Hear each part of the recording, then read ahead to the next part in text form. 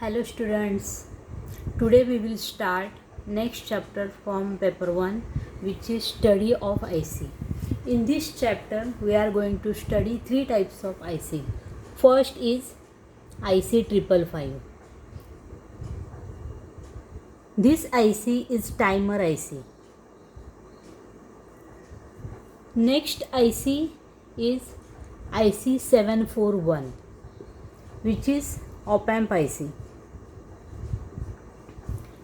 And third one is IC 317, which is nothing but regulator IC. Out of these three ICs, we have studied IC 741 op-amp in chapter number 4. Then IC 317 in chapter number 2, DC power supply. Okay, chapter number 2, chapter number 4. And the remaining IC 555 that we will study in this chapter. We are still missing some non-linear applications of op-amp, which are, we have seen comparator, remaining are monostable and astable multivibrator using IC 741, that we will study in this chapter after studying the IC 555.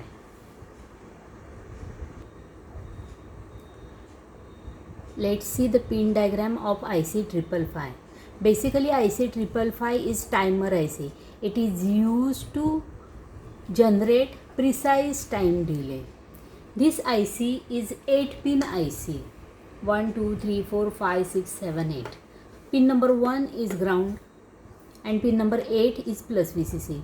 Means pin number 1 and 8, they are reserved for power supply. Positive supply can be from plus 5 volt to plus 18 volt. We can use any kind of supply because time generated is independent of supply voltage, means it does not depend upon the supply voltage. If you remember the last year's practical monostable multivibrator, in that time delay T, the formula was T equal to 1.1 R into C. So the time delay was totally dependent on value of R and C. Here the supply voltage is not mentioned, so we can use any power supply between the range plus 5 volt to plus 18 volt.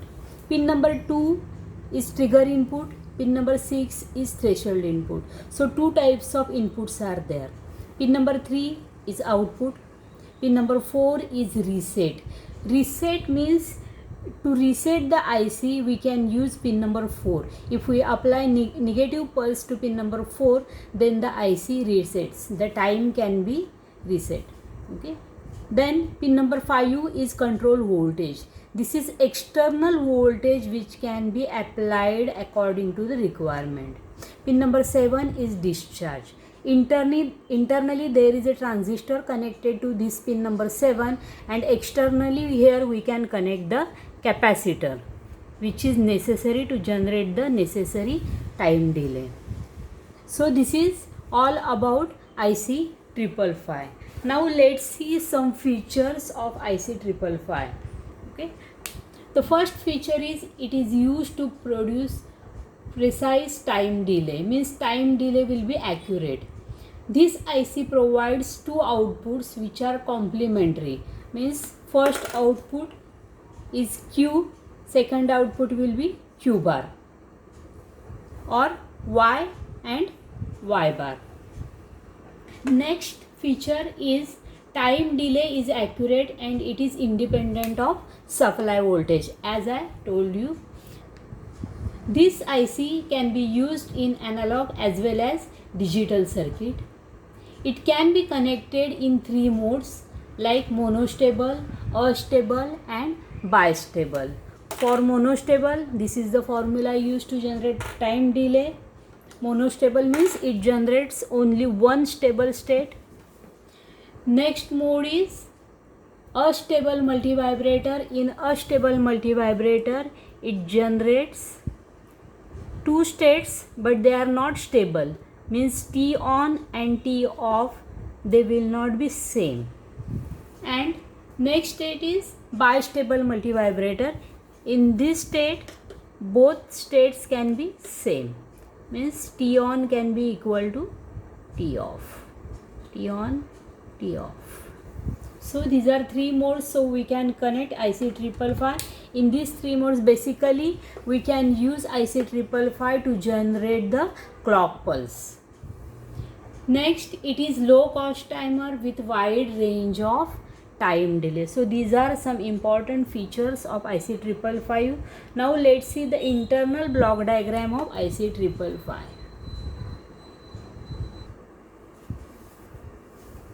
This is internal block diagram of IC555.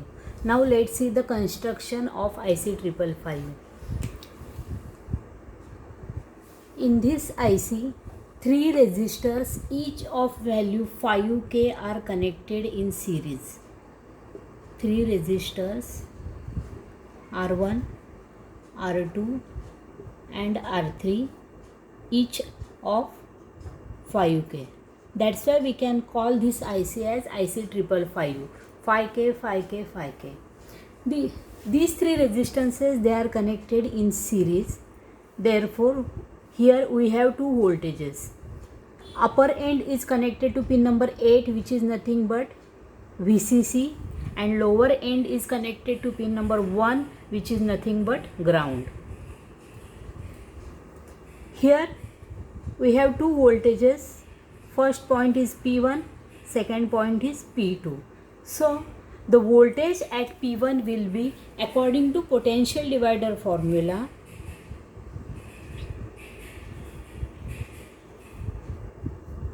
so voltage at point P1 will be voltage across these 2 resistors R2, R3. R1, R2, R3. This voltage is available across R2 plus R3. So we can say voltage at point P1 equal to R2 plus R3 upon addition of all resistances R1 plus R2 plus R3 into supply voltage VCC. As all resistors are having same value, so R2 plus R3 we can say 2R. If we replace these 3 resistances by only R, then here R plus R, 2R, and here R plus R means 3R into VCC. RR will get cancelled. So voltage at this point is 2/3 VCC. So voltage at point P1, here the voltage at pin number 5 will be 2/3 VCC. And if we calculate the voltage at P2, the voltage at P2 is across only R3. So the formula will be R3 upon R1 plus R2 plus R3. So here R upon R plus R, 3R into VCC, RR will get cancelled. So voltage at this point is, voltage at point P2 will be 1/3 VCC. So here the voltage will be 1/3 VCC. So due to the point P1 and P2, we have 2 reference voltages.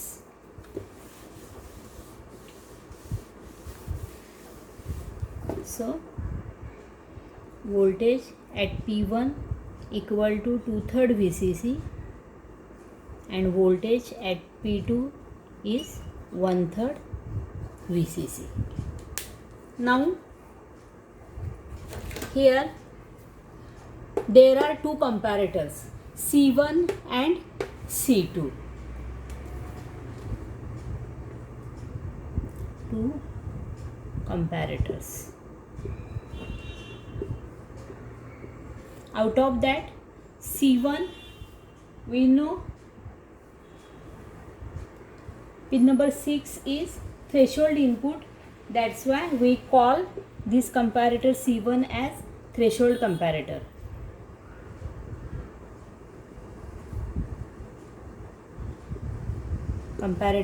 And C2 pin number 2 is trigger input. That's why we call this comparator as trigger comparator. C2 is trigger comparator. If we see the inputs of these two comparator, then here one of the input is 2/3 VCC and second input is threshold input, which will be applied externally.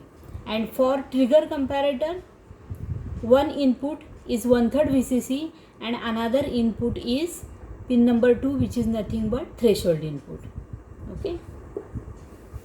The output of these comparators, they are given as input to RS flip-flop.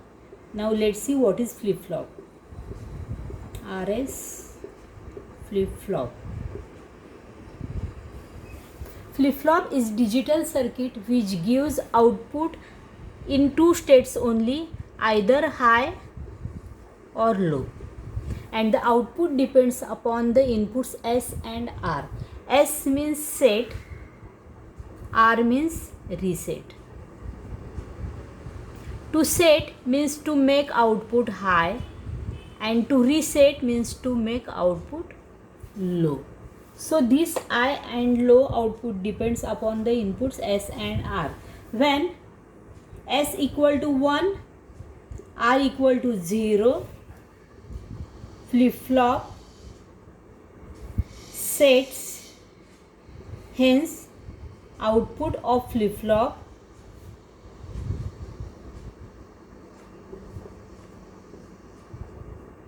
becomes high. And when S equal to 0, R equal to 1, when reset input is high, flip-flop resets.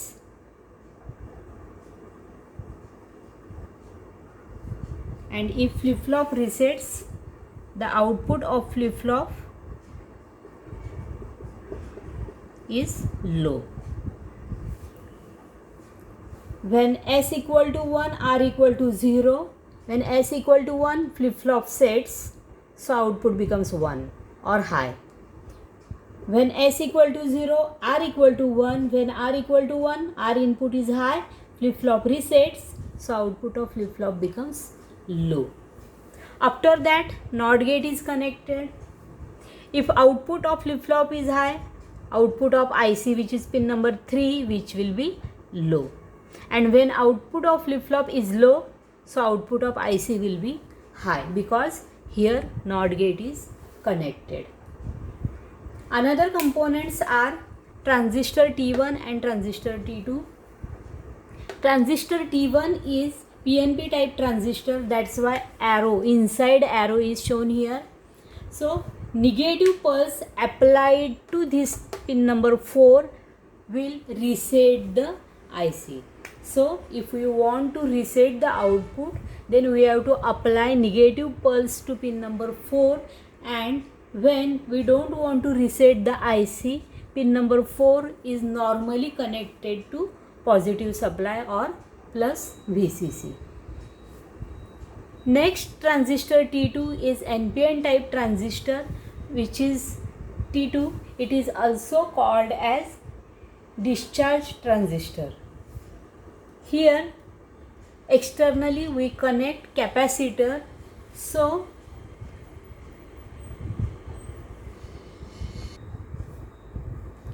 when output of flip-flop is high, so the base of transistor gets high voltage, so transistor conducts. Here we know capacitor is connected, so capacitor get paths to discharge through this transistor, because transistor is on, so capacitor discharges through this transistor. So when output of flip-flop is high, obviously output of IC will be low. Output of IC low, so transistor turns on and capacitor discharges. Okay, so capacitor gets path to discharge through T2, through transistor T2. And if output of flip-flop is low, if output of flip-flop low, and output of IC high.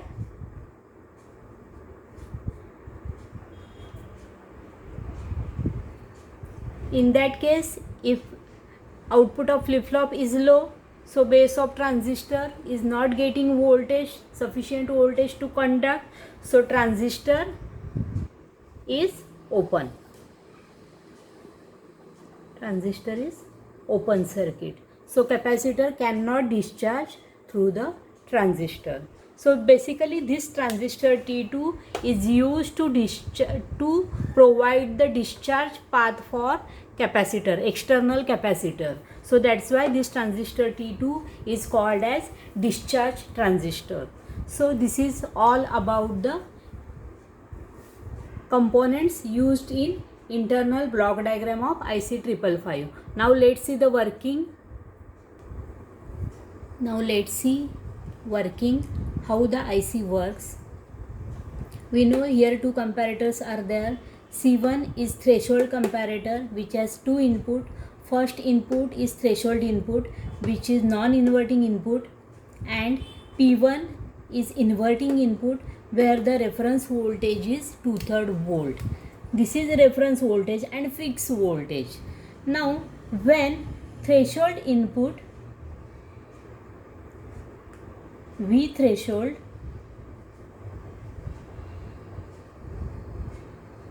becomes greater than voltage at P1 which is nothing but 2/3 VCC.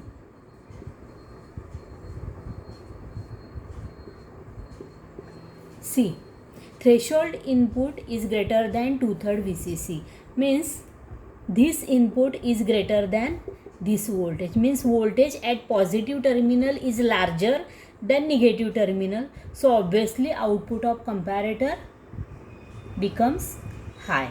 So output of C1 becomes high, which gives set pulse to flip-flop, which sets flip-flop. As output of flip-flop sets, this makes discharge transistor on. So discharge transistor becomes on and output of IC becomes low. As here output is high, so output of IC after NOT gate will become low. So output of IC is low. This is first case. Now second case, C2, which is trigger comparator.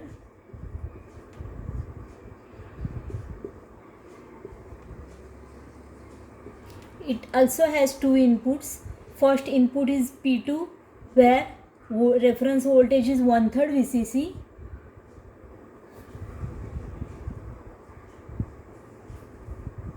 One-third VCC, and it is non-inverting input.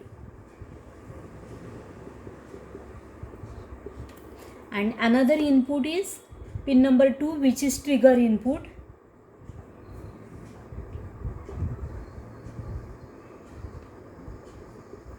Which is inverting.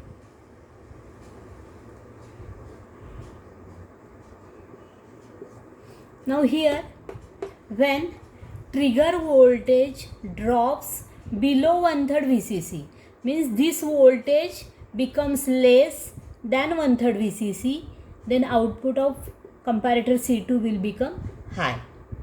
Okay, so if this voltage is larger, means this voltage is smaller, so we can write the condition when V trigger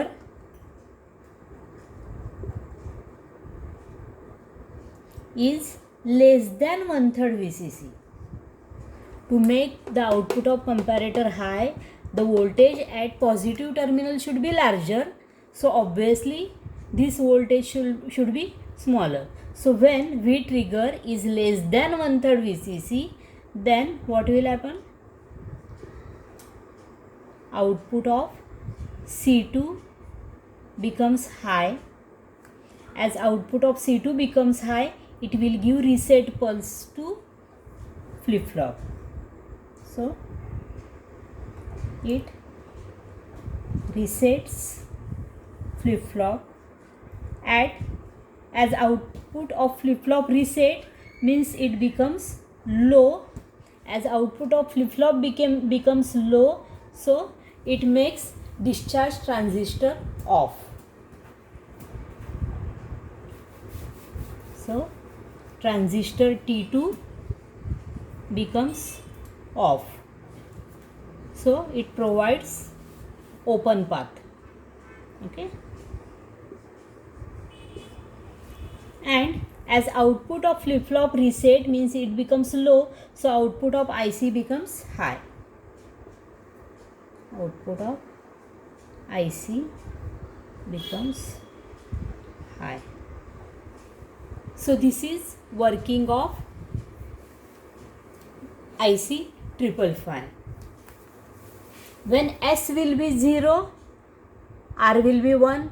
When S will be 1, R will be 0. And in other case, means if both are 0, if both are 1, in that case output of IC remains in last state, means output of IC will not change. It will change only if the outputs of two comparators, they are complementary, means one is 0, other should be 1, and if one is 1, then other should be 0. So this is working of internal block diagram of IC 555.